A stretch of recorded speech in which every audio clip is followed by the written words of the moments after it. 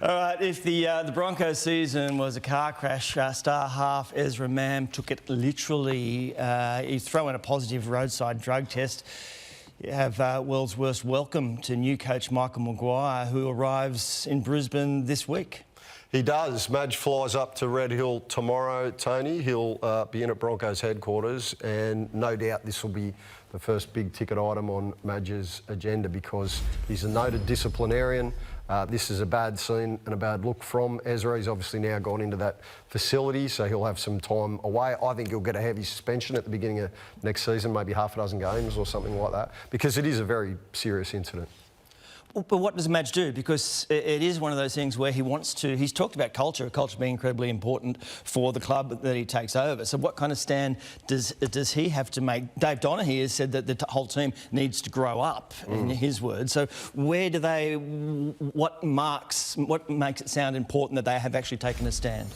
Well, I think they've got to sit back and work out how the people who are in the other vehicle have ended up, right? Absolutely. And they need to ensure that they're supremely looked after. From there, I would say Madge will kick him in the arse, but at the same time, give him a cuddle and bring him through to the point where he'll get a heavy financial sanction. Then there's I'd say 6-game suspension. That's a fairly heavy price. And then I think from this point on, the next Bronco who stuffs up, look out, because he'll read them the right act and say there's no more of this rock star antics stuff. This is the second time his name's been in the media this off-season. There was obviously the first incident in Bali with Reece Walsh and the mobile phone, and then of course this, which is, you know, much more serious. But there's also his welfare. He is in rehab at the moment, so you know they do have a duty of care to look after him as well. And you know, if he does have issues and problems, then you know they need to help him through that. Yeah, definitely. Getting a kick in the arse while being cuddled, though, is it's parenting, isn't it? It's parenting. It's a great work. The 18-0 scoreline made it look like it was pretty cruisy, but Tonga were much closer to a Kangaroos team building new combinations in the opening game of the Pacific Championship.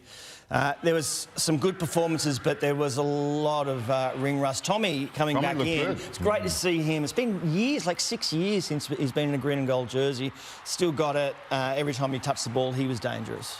Shows you how much the green and gold still means to Tommy Turbo. Yeah. He's due for shoulder surgery. He's got that AC issue that he was having needles in the back half of the year, but he's decided, no, I want to continue to play. I want to represent Australia. Hamaso Tabuai today. The hammer was also awesome. It was a test match in every sense, Tony. It was very physical. It was very willing early. It was closer than the final scoreline suggests.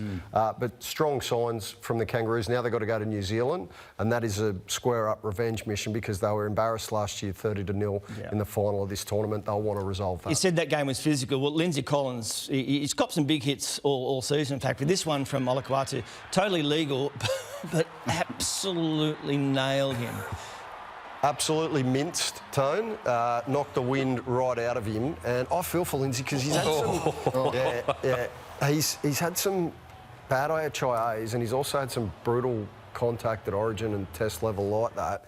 It's going to catch up at some point. They did get the win, but I don't think that they were at their best, and they're going to have to play better to beat New Zealand. Definitely, absolutely they will. A slightly weakened New Zealand, a few of their key players out as well. All right, now Hamish McLennan, of course, the man who threw the wads of cash at Joseph Swali'i to head to rugby, says the rivers of Wallaby Gold should head Nathan Cleary's way. And Swali'i, I note today that Joe Schmidt has put him into the main Wallabies touring party rather than the Australia 15 that goes over there as well. So the plans are working for him so far. We haven't seen him actually play the game.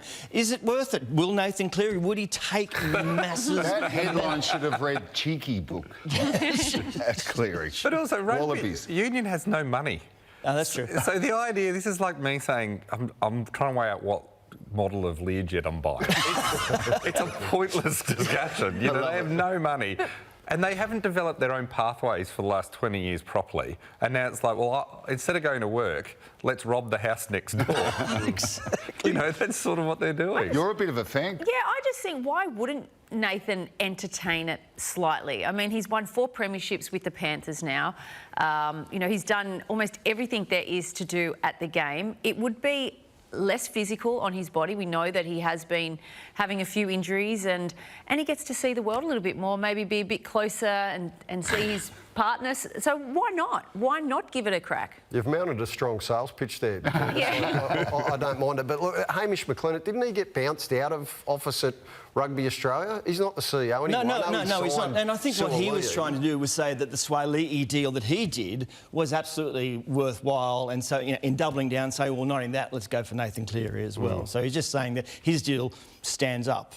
And we'll see that, of course, as they tour exactly how it does. And I think the Swalii move will be absolutely brilliant for the Wallabies.